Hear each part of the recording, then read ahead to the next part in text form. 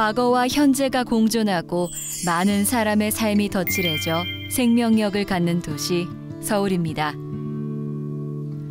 이른바 서울의 심장이라 불리는 종로는 옛것을 품은 역사적 건축물이 많이 보존돼 있기도 한데요. 역사 속에서 흥망성쇠를 거듭해온 예술적 건축물은 시간과 공간을 초월해 많은 이야기를 남겨놨습니다. 도시 안에 새로운 생명을 불어넣어 시대의 굵직한 건축물을 지어내온 김원 건축가. 오래된 것을 내치지 않고 새로운 것의 조화를 중시하는 자연주의 건축가입니다. 종로의 문화지킴이로 30년 넘게 활동하고 있는 그를 따라 나섰는데요. 여기야말로 서울시대, 그러니까 서울이라기보다 한양 도성 안에서 가장 아름다운 곳이에요. 그래서 이제 화가들도 모여 살기도 했고 중인 문인들이 모여 살기도 했고 그랬던 거죠.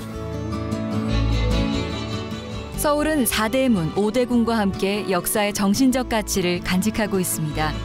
그래서 건축가 김원은 종로를 600년 역사도시, 서울의 마지막 보루라고 이야기하는데요. 그가 사랑하는 도시, 종로의 문화로드, 함께 따라가 봅니다.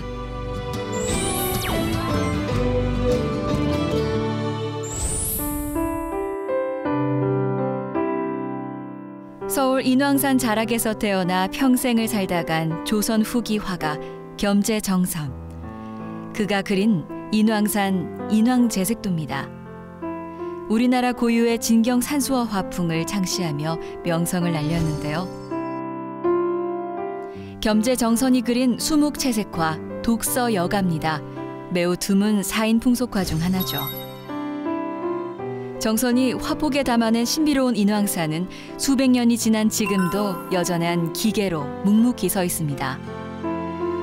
겸재정선의 발자취를 찾아 인왕산 수성동 계곡을 찾았습니다.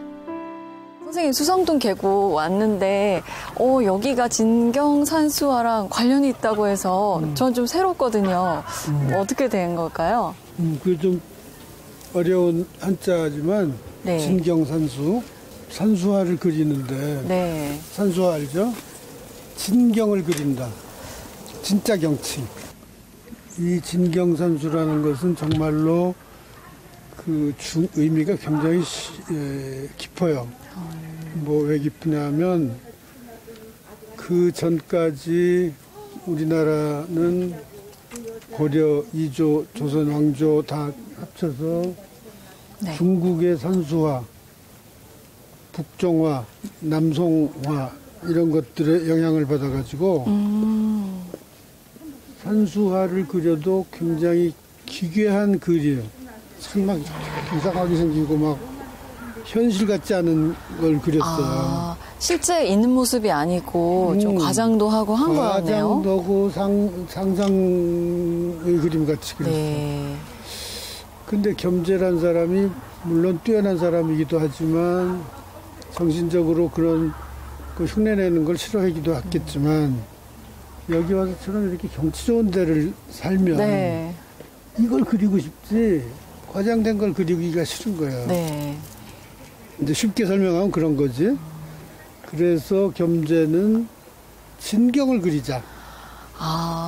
근데 그게요 쉬운 일이 아니야. 수백 년 동안 전통적으로 중국 그림을 모방하던 그 풍토에서 난 아니다라고 하는 것이 쉬운 일이겠냐고. 그 당시에. 굉장한 용기가 필요했을 것 같아요. 겸재정선의 금강전도는 굽이굽이 골짜기와 계곡까지 발로 직접 딛고 눈으로 더듬어 그려낸 금강산입니다. 진경산수의 백미로 평가받고 있는데요. 또한 장동 팔경첩에서는 수성동 계곡 모습도 화폭에 담아냈습니다. 시내와 암석의 경치가 빼어났던 골짜기까지 실감나게 묘사했는데요. 놀라운 건 실존하는 그림 속 돌다리. 화폭 속 돌다리가 똑같은 모습으로 그 자리를 지키고 있습니다. 예쁜 다리가 하나 나왔는데 통돌이란 말이에요. 저걸 그래도 돌을 저렇게 다듬으려면 꽤 힘든단 말이에요. 이게 수상치 않다. 이게 뭘까? 이게 그냥 자연석은 아니고 인공으로 누가 만드는 것 같다. 네. 옛날 사람들끼리 만들었겠지? 하고 서울시의 문화재 팀이 와서 조사를 해보니 이것이 겸재의 그림에 나오는 기린교다. 조선시대 선비들의 휴양지로 각광받았던 수성동 계곡이지만 시대의 변화 속에 순환도 많았습니다. 도시화를 위한 무분별한 개발 때문에 수성동 계곡 위로 아파트가 건설된 건데요. 천만 다행히도 그때 시형 아파트를 지을 때 너무 졸속으로 지었기 때문에 이걸 바위를 까내고 뭐 기초를 하고 콘크리트를 하고 안 한 거예요. 근데 있는 그대로에다 그냥 집을 올린 거야. 이 안반이 이렇게 크게 드러나 있는 건 원래 있었던 거고. 원래 있는 그대로야. 근데 이 위에 그냥 지었다고. 다행히 2011년 아파트가 철거되며 콘크리트 속에 수십 년간 갇혀있던 수성동 계곡이 다시 빛을 보게 됐습니다. 겸재의 그림 그대로 주변을 복원을 하자. 네. 주변을 겸재 그림대로 다 만들고 나니까 정선 선생께서 보셨던 풍경을 지금 똑같이 보고 있는 그렇지. 거예요? 진경이 나타난 거지. 우와.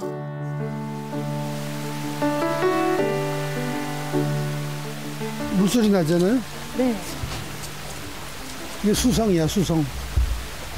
아, 물숫자, 소리성자. 다시 되찾은 건 수려한 기암괴석과 계곡의 절경만은 아니었습니다. 1급수 맑은 물이 흐르며 가재의 버들치가 찾아드는 청정 생태계로 탈바꿈하고 있다는 거죠. 서울의 몇 안 되는 오아시스로 불리게 된 수성동 계곡. 자연은 이렇게 잊지 않고 보답했습니다. 바쁜 일상 속 쉼표를 찾는 사람들의 휴식처가 되고 있는 거죠.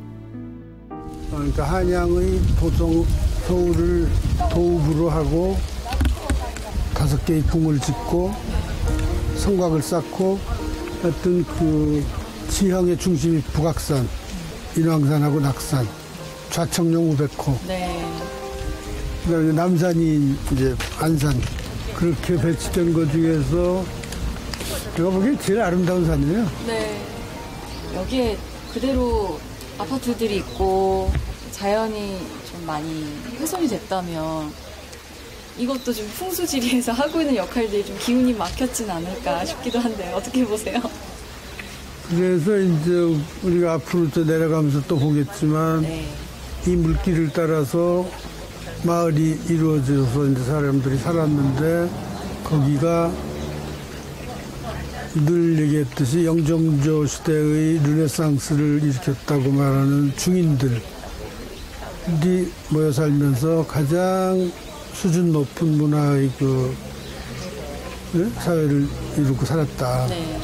그걸 좀 여기서부터 시작해서 볼 수가 있는 거죠. 참 다행이야. 네. 다행이야.